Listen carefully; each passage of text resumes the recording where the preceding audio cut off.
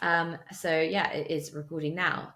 Una, thank you so much for joining us on the Hurt Healing podcast, all the way from freezing cold Boston. Thank you so much for having me. I'm delighted to be here today. So you write in your brilliant book that we need to talk more about divorce because so many women feel alone in it. Why is divorce so often hidden and shame-filled, even though nearly half of all marriages end this way? I think we've made a lot of progress in reducing shame and stigma about divorce, but I do still feel like there is a shame out there. There is stigma. There is this expectation that, for some reason, there's this expectation that we should keep marriages going forever. And it's really the only thing in life we think of that way. Like nobody says, oh, you should get your first job and keep it until death do you part, or your first car, or your first apartment. But somehow with relationships, you're supposed to have one and then, have it be forever. But that's not the way it works. And so I think we're not talking about divorce enough. And that's what I'm trying to do. Part of what I'm trying to do. Mm. And why do you think so many women do feel so full of shame? I mean, I think it's particularly when children are involved. It's very hard not to fall into that abyss of thinking, "Oh God, I failed." Look at everyone around me, compare and despair about everyone else's marriages that seem to be all functioning and perfect, and where did I go so wrong? Right. I think there is that sense that people look around and think other people's marriages are working. And I can tell you from the work that I do as a therapist, after having worked with hundreds of women going through divorce, that women are thinking about it for years before they actually initiate divorce. So it turns out not everybody is happy out there.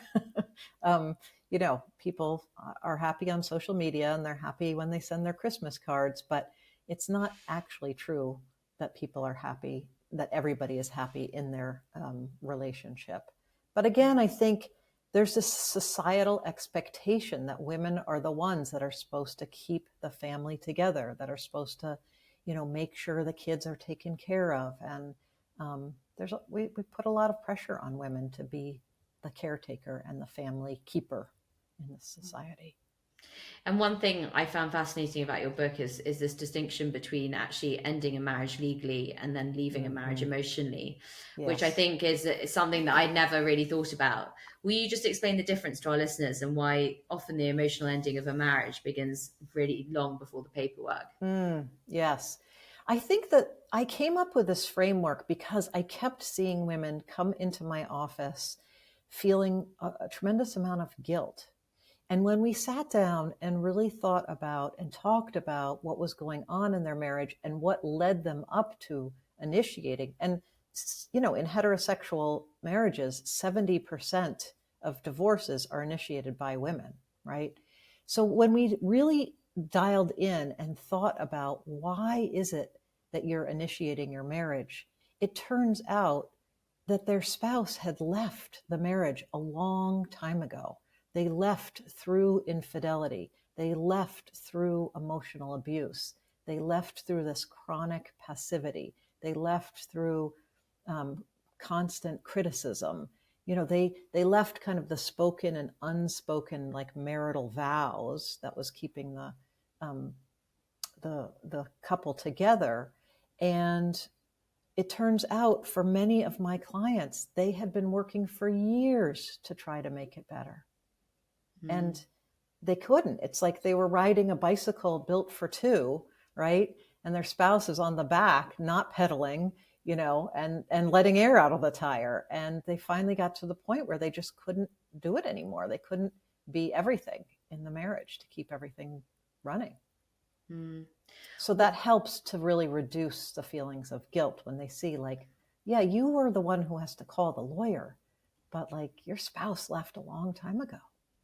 And leaving could mean that they were just absent, they weren't showing up, they were staying at work late. Leaving could mean having an affair even. That doesn't necessarily mean ending a marriage. I mean, I think a lot of men seem to be under this illusion that they can carry on being in a marriage whilst having an affair and it's all okay. Well, marriage is really good for men, and we have Harvard research that shows that it's good for men financially, it's good for men physically, it's good for men psychologically. And for women, a healthy marriage can be good for women, but for a lot of women, marriage just makes them busier. There's this research out there that when a man and a woman get married, the woman has 7 additional hours of housework to do per week. And the man's housework decreases by 1 hour a week, right? Wow, that's incredible. So, marriage works for men. So if a man's going to have an affair or not be working or be critical or be controlling, he's still going to stay in the marriage. It's good for him. Why not? But do you think that is why 70% of divorces are initiated by women, which is such a startling statistic? Yes, I do. I mean, I think there's a whole variety of reasons, but I think this whole business about the inequality in parenting and housework is a definite factor.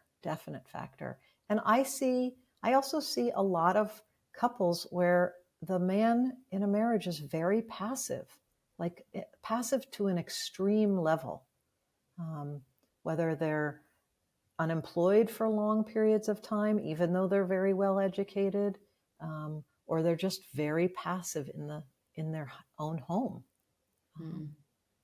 And do you can you see a sort of critical tipping point often where it's almost as though the children have gone to school, suddenly, two people who are married have to look at one another and think, gosh, are we actually still in love? Are we actually, we're out of the trenches in the childcare and ferrying the kids to and from play dates and sporting things and whatever it is that they do every weekend, and suddenly it's like, wow. What do you identify as those tipping points usually? Yes, so we're calling that now gray marriage, and the rate of gray marriage has increased, has doubled in the last couple of decades, and for people over 65 it's tripled. So we're seeing a lot of that, and I'm seeing a ton of that in my practice where, exactly what you're saying. People come in and, women describe that they were so busy raising their kids, and maybe even it worked raising kids, their marriage, but then the kids go off to college and they look at each other and they're like, "What? We're so different, right? We've been married for 30 years or 25 years, and we're not the same people that we were 25 years ago." And so that is a time that I see a lot of couples deciding to part, or they have very different ideas about how they want to spend retirement. One wants to travel the world, one wants to hunker down with the grandkids, one wants to start a new business, one wants to stop working, and those differences just become too much to bear. And then if a divorce happens earlier on in a marriage, what would you say are the most common reasons that a divorce will take place? Well, affairs, we used to think in the old days, it used to be the 3 A's, which led to divorce: affairs, abuse, and addiction. And I still see that. I see, people having affairs, both men and women having affairs that end marriages. And that doesn't always end a marriage, but sometimes it does, especially if it's long-term and there's a lot of secrecy and hiding and deception. I think it's easier to repair from an affair if it's a one-night stand or something like that. But if it goes on and there's so much deception, then it's much harder to repair. So affairs, definitely abuse. I see physical abuse, which knows no zip code. That happens to people of all income levels and educational levels. A lot of emotional abuse, coercive control, sexual abuse. And I'm seeing a huge uptick in narcissism in spouses and narcissistic control of people. So that's a biggie as well. And then an untreated addiction. And certainly people can be married with addiction or mental health issues. But when they go untreated and when they're denied, that's when the real big problem happens. Like, it's a real difference if you're in a couple and somebody says, I have a drinking problem but I'm really addressing it, or I have a very severe depression, but I'm really working with people to try to manage my depression. That's really different than, I don't know what you're talking about. I can have a drink. Why are you harassing me? I don't have a problem. So if a couple can't agree on what their problems are, their marriage is much more in trouble than if there's agreement, at least, about what the issues are. What do you think is attributable to this sort of rise in narcissism? That might have to be a whole nother part of the podcast. I mean, here in the US, we've got some narcissistic role models, that's for sure, happening. But I do think that there has been, I think the way that we're parenting children right now, we're parenting children in such a way that children are so incredibly important. They're way more important than any parents or parents' needs, and they must have everything. They must have the newest things. And, that in and of itself can be one of the causes of narcissism. When you're told how incredibly important you are, you're more important than anybody else, and all your needs are so important, but that it ends up being kind of empty, right? It's so interesting. I mean, I've done quite a few episodes with experts on narcissism, and it does really fascinate me as a condition. And I think you're right. And I'm facing this with a lot of my friends now. I cannot believe the lengths to which my friends go to make sure that Tommy has his nap at exactly midday every day. Tommy is fed at exactly these times every day. Tommy has the exact toys, the exact, even to the darkness of the room and to the, I mean, I'm just, when I was a kid, I was literally shoved in a corner and told to get on with it.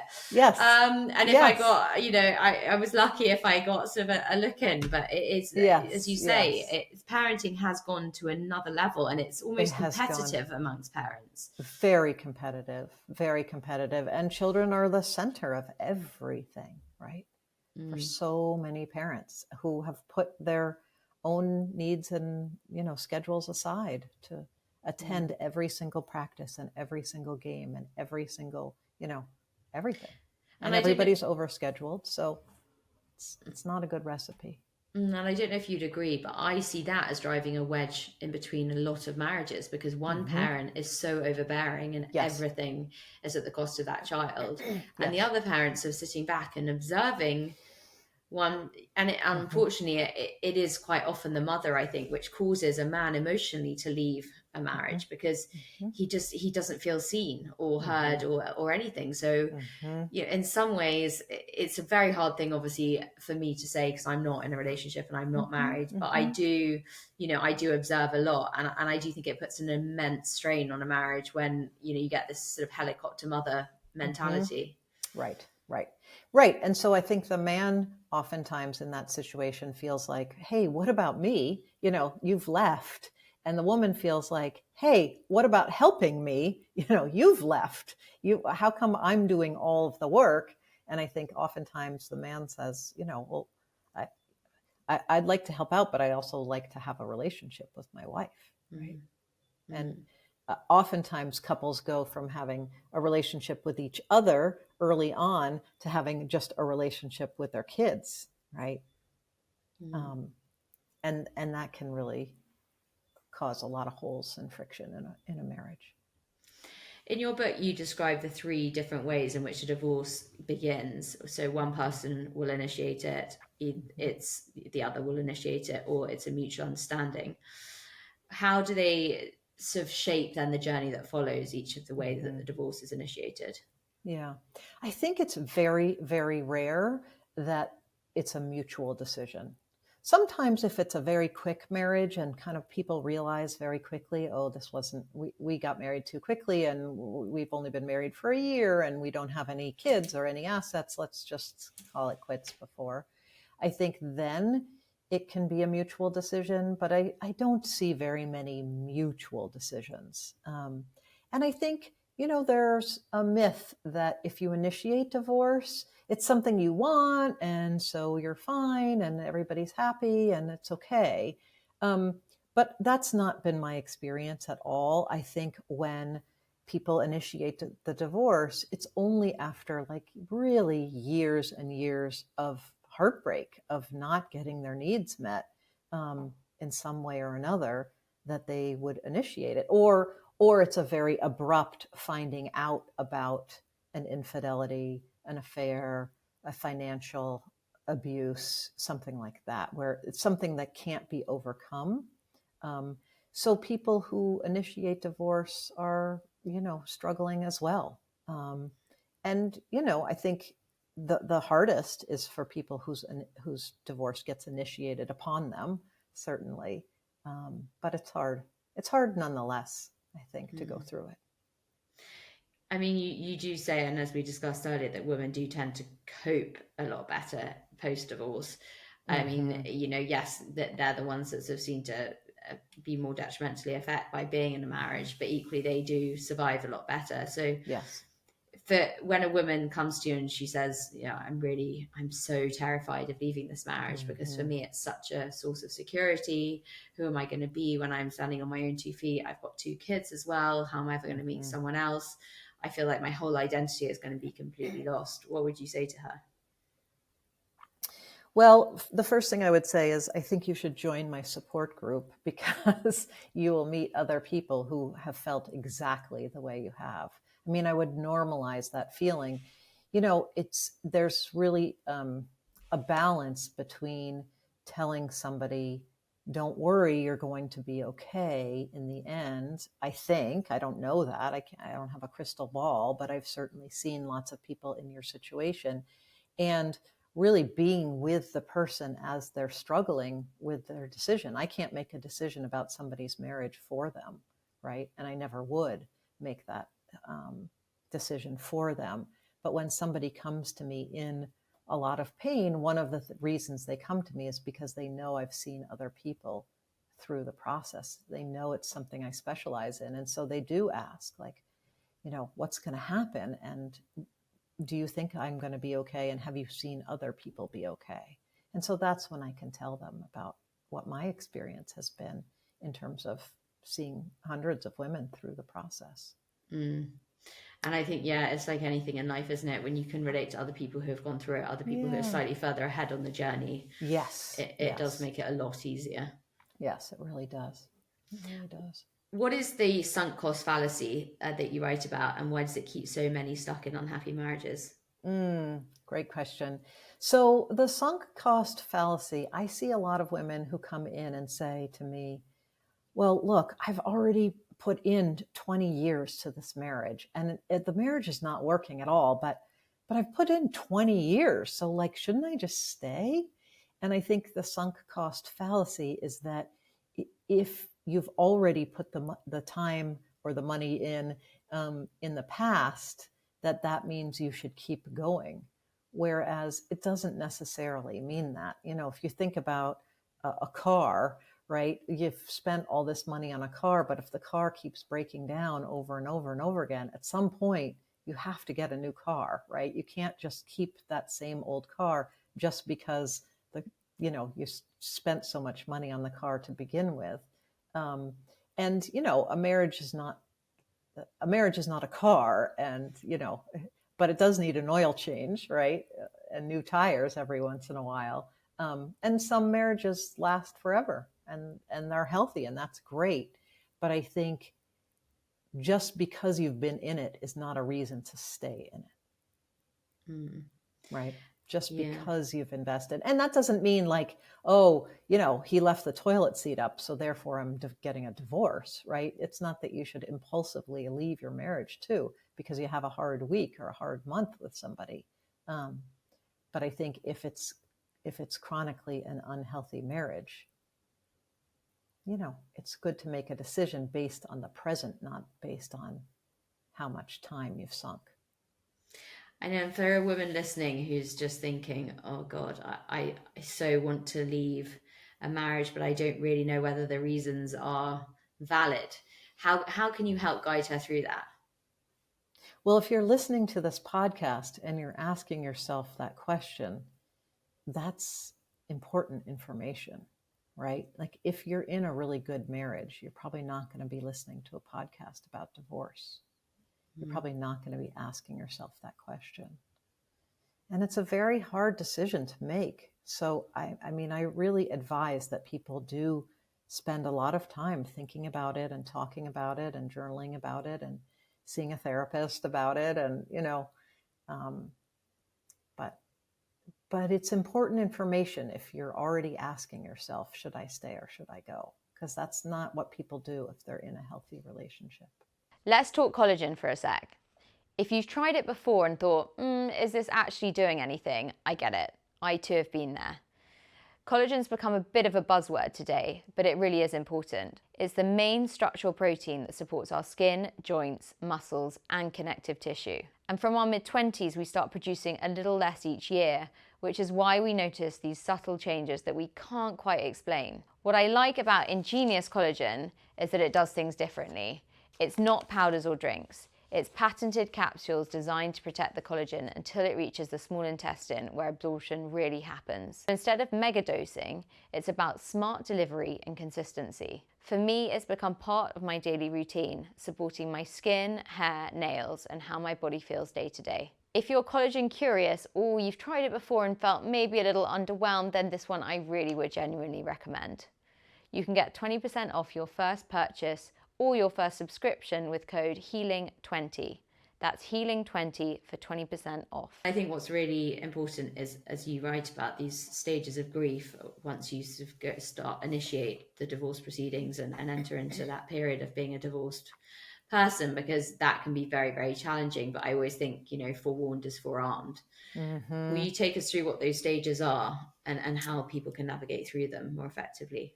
Absolutely. So when I was writing the book, I really wanted to give people a sense of the path of grief, right? That they're not going to be stuck in the beginning stages, because the beginning stages are awful of a divorce, right? It's heartbreaking, it's stressful, it's chaotic. It's, people feel fear and uncertainty. And so I wanted people to know that there is a path that most people follow. And so I looked at all the literature, and there's not a great model out there. And so I decided that I was going to look at all the women that I've seen and create a model that I think really works better. And so the first stage of the grief model is heartbreak, and that's heartbreak whether you initiate or not.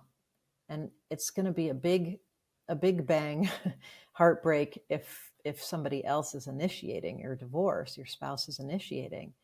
But even if you're initiating, you may have experienced a lot of smaller heartbreaks along the way to get to this heartbreaking decision. Because nobody wants to get divorced, right? Nobody gets married and thinks like, well, maybe I'll stay married, maybe I'll get divorced. I don't know, right? Nobody wants this. So it's heartbreaking to get to that point.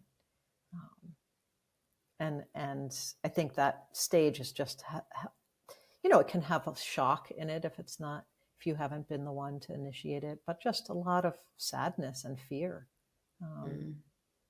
And then I think it rolls straight into the roller coaster, and it's the roller coaster of feelings. You're feeling so much in this stage.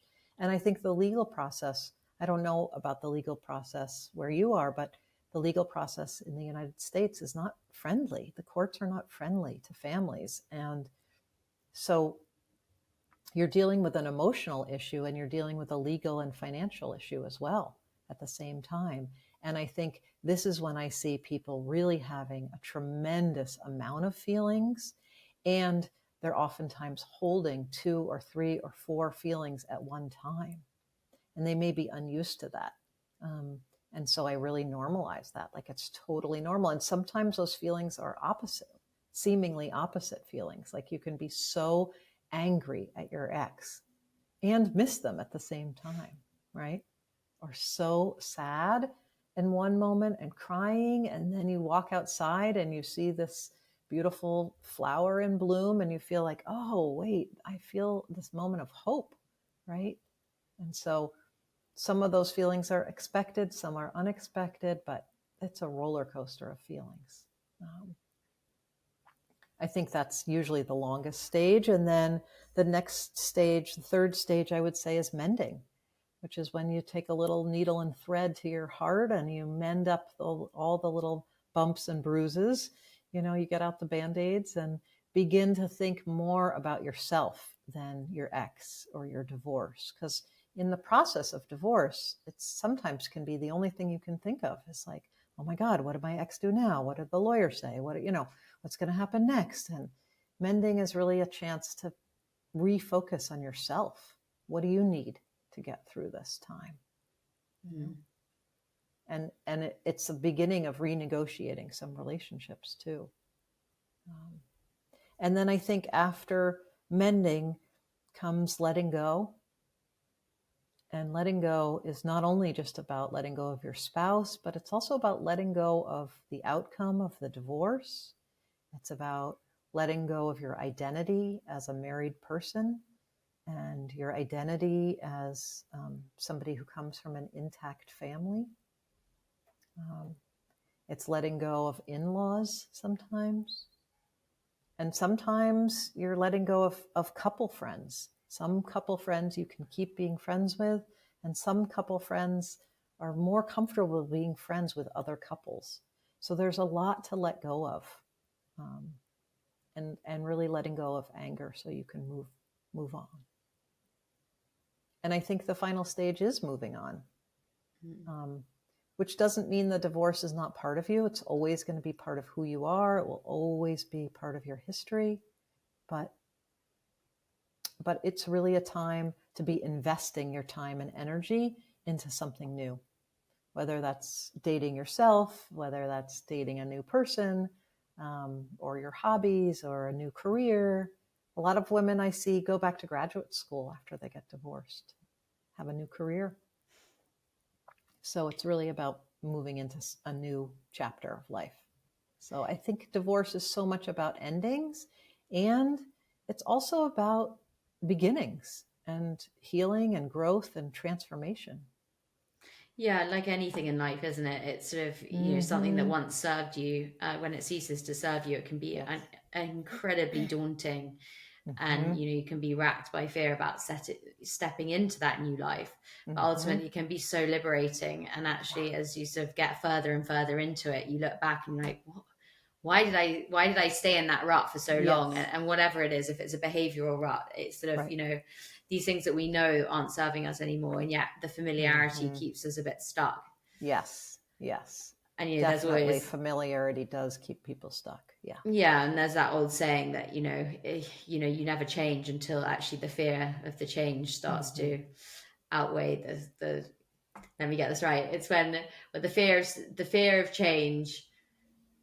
What is the saying? It's the one changes when the fear of change becomes just so much. I'm gonna muck this up. I got to get it right. Do you know the saying that I'm trying to say? It's like one only changes when the fear of staying the same. The fear of staying the same, right. The fear of saying that there's becomes the fear of greater staying than the the fear same of is greater. change. Yeah. Yes. So yes. I'll say there that you again. Go. Yeah, one only changes when the fear of staying the same outweighs the fear of stepping into that new role. And that's right. Yeah. So I think it's it is incredibly daunting. And I think, as you highlight, I think the relations of managing the relationships with other couples that you want socialized with as a couple is really tough. And how do you advise people to navigate that? I mean, one thing is, I think it's important to ask your friends for what you need. And I think people oftentimes don't know. I mean, I'll give you a great example, which is that one time years ago, one of my friends got divorced, and her husband treated her very badly in the marriage and at the end. And their children were friends with my child at the time. And so sometimes I would see him out and about at school events. And I really made it my practice to be very loyal to her, because she was a friend and he wasn't. And so I made it my practice to be loyal to her and to kind of snub him. So I wouldn't be outrightly mean to him, but I would ignore him if I saw him. I felt very proud of myself that I was so loyal to her. And so at one point I went up to her and I said, I want you to know I've seen your husband at several events and I never talk to him. And she said to me, that's not helpful. We have children together and he did treat me badly, but we are co-parents and we need to co-parent together. And it would be helpful if the children saw people being nice to him. I'll never forget it. It was I had made such an assumption that I was doing the right thing and I was doing the exact wrong thing. And if I had asked her beforehand, hey, when I see your ex around town, well, what would be the thing you want me to do? That would have been great. So I think if you're going through divorce, it's important to let people know because they don't know. And, it's good to not make assumptions. And so letting people know, I know that I'm single and we used to hang out all as couples, but Saturday nights are really hard for me when I don't have my kids. And I would really appreciate still being invited along, or I know you're doing all these couple things. And if you don't want to have me along, maybe we could find something to do earlier in the day together, just one-on-one. But it's good to let people know. It's also really good to find, if you're going through a divorce, it's really good to find other people who are too. And people often feel very isolated and they feel like other people who aren't going through a divorce don't really get it. And so finding other people who are going through a divorce is incredibly important, and having those new friends. And it's the feeling of being judged, I think, when you're, people, like you said, with navigating the relationship with the in-laws and things, it's like you've clearly given up on the marriage, especially if you're the one that's ending the marriage. Yes. You're the cruel one. You're the monster in this. The other partner was trying to make it work, and you're the one that's actually initiated proceedings. And I think that must be really tough. Right. And to go back to that letting go stage, part of the letting go is letting go of other people's narratives, and if you're close to somebody, certainly you can tell them your side of the story. But if it's your in-laws, they're gonna believe your ex for the most part. They're gonna believe your ex and whatever your ex's narrative is. And so I think letting go of trying to control both your ex's narrative and then anybody else in the community or in your family or your ex's family who's hearing that narrative, like being able to let it go and just say, my truth is my truth. I know what happened. That's enough. And telling children, I should imagine, is one of the most daunting parts of actually getting divorced and actually sitting them down. And again, not playing out the whole good cop, bad cop scenario. What advice do you give people who are about to tell children that they're getting divorced? I mean, the first thing I would say is just to give yourself grace, because I think it's one of the most heartbreaking things you'll do as a parent. And the next thing I'll say is ideally, you should really be telling the kids, the two of you together. If you can't, then it's better to have one kind of reasonable, rational person do it than to sit down together if one person's going to be really irrational. I also say people put so much pressure on themselves to get this first conversation right. And it's true that it's really important to be thoughtful about that first conversation, but it's also the first of many conversations you're going to be having over many, many years. So you don't have to say everything. Actually, I really suggest that people keep this first conversation pretty short. The only things that kids really need to know in this first conversation is that they are loved, that it's not their fault that this is happening. They need to know if there's going to be any change in housing for anybody in the family, right? Like what the changes are going to be. They need to know that the thing that's not going to change is that the parents are going to continue to love them.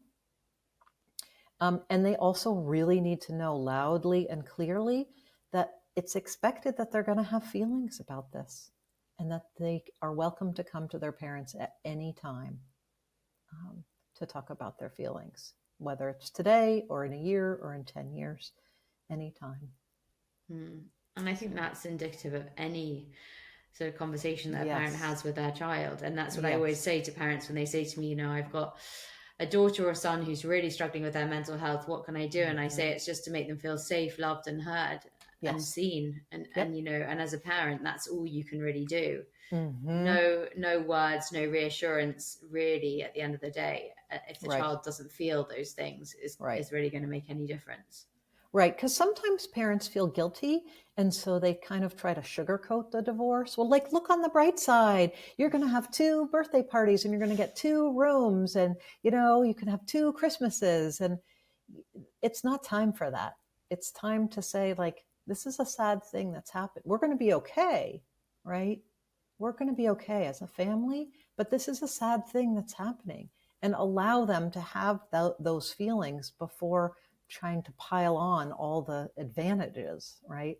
And oftentimes parents have been thinking about this for a long time, right? And the kids, it's their first time hearing it. Because even if parents are fighting, kids usually assume their parents are going to stay together, right? They don't assume that their parents are going to get a divorce. So it can be shocking to the kids, which is part of the reason I say, like, keep this initial conversation pretty short. They need time to integrate the information. And what should one do if a child has a really, really extreme reaction and just after a few weeks still seems to be a shell of their former self and is really, really troubled by it?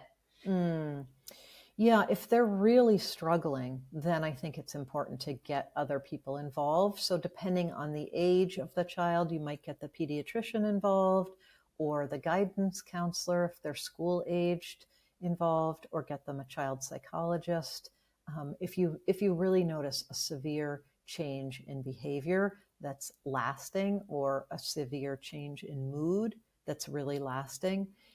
And the other thing I'll say is, you know, kids really take their cue from parents. And so you got to pay attention to your own mental health too. Like, if your child is really struggling and you're struggling too, your child is going to be better if you help yourself.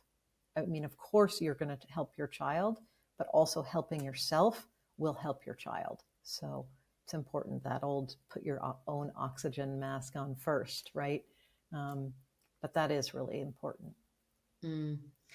And you've alluded to the conversation that you had with your friend. Do you think it is important for people, you know, post divorce to actually communicate to their friends like what they need in terms of how they speak about the other partner, in terms of what they say about the partner around the kids? Yes. Because I think that's something that sometimes just gets missed and people just think, oh, you know, better just not to mention anything. Right. Yeah, I mean, I think I think this is, it really varies case by case, but I think it can be hard if a child feels like, okay, well, now my parents are getting divorced, but nobody else knows about it.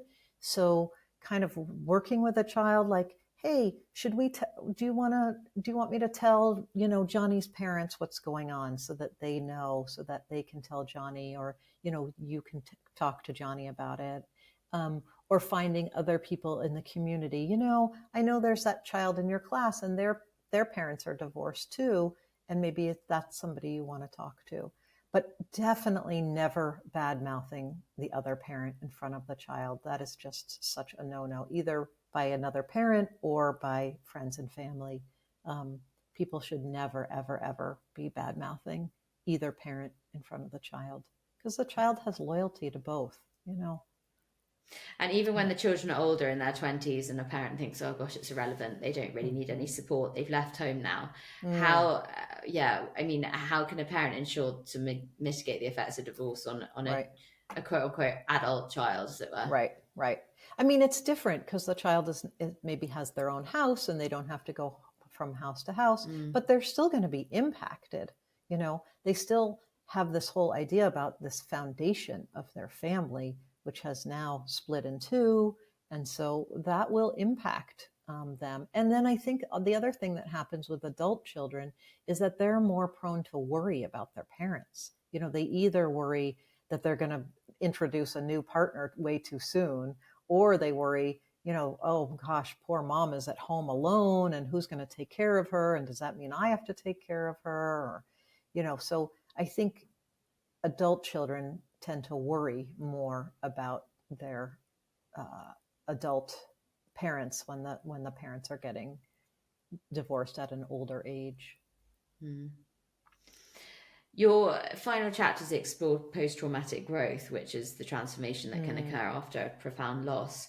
What does the growth look like after a divorce, and how can someone move towards it, I think, rather than just being stuck in that rut of pain and fear?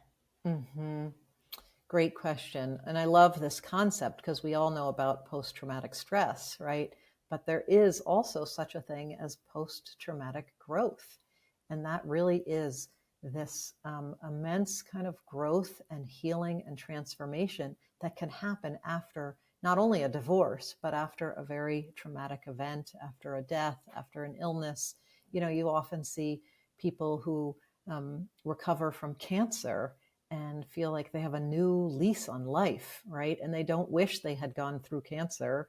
They wish they had never gone through cancer, but there's some gifts that they have received or opportunities about a new way of looking at life. And I see that all the time with divorce, that people really can get into a space where they feel like a new lease on life. And I think the way to get there is to do the work of the grieving, right? Like if you skip the feeling part, right, or you skip the letting go, you can get stuck in focusing on your ex or focusing on the divorce and not moving ahead. But I think if you do the work of being able to feel all your feelings and then being able to let go and being able to focus more on yourself, I think people can really get to this level of transformation that can be beautiful. Is there anything else that you would like to say to a listener who is in the middle of a bit of a messy divorce? I would like to say that it's really important that you get support. If you're going through something that's emotional, and we all know physically we should get support. If you break your leg, you're not gonna go out and make a cast on your leg by yourself, right? You're gonna get support. You're gonna get guidance. You're gonna have people help you. And I would say the same thing is true for divorce. Like you really need help and not to do it alone. And if you're in the messy middle, I know it's hard to believe. And also I have seen it so many times that people come out the other side and feel really good. Oftentimes people have come to me in the beginning of their divorce and said, this is the worst possible thing that could have happened to me. And by the end, they feel like, you know what? I never would have thought this, but this is actually the best possible thing. So there's a lot of people out there who've been divorced and are doing great, and you're going to be okay. You're going to be okay. Finally, why do you think that the rates of divorces are rising so rapidly? Well, for gray divorce, it's rising rapidly. It's actually, in the US, the rates of divorce are actually the lowest they've been in decades. It's at 42% right now. Really? Which is Wow. the lowest. Yes. And I think that's partly because people are getting married later. I think the marriage rates are lower, so the divorce rates are also lower. But I think the rise we're really seeing is in gray divorce. And I think that really also has to do with women making so much progress in terms of income and career, that they're getting to the point where in the old days, women really had to rely on men a lot more financially, right? And at this point, they don't as much. And I think they've made great gains, and men have not made the same gains in terms of parenting and helping out with the house. So I think that's why we're seeing such a rise in gray divorce. Oona, it's been such a fascinating conversation, and thank you for giving us your time today, because I'm sure that a lot of people will find this immensely helpful. And we'll point everyone towards your book in the show notes, which is a brilliant, brilliant book, which I would really encourage anyone who's interested in this topic or going through a divorce or contemplating a divorce to read, because it's immensely helpful. Mm-hmm. Thank you so much. And also just a note to let people know that the book is available in paperback, but it's also available in audio.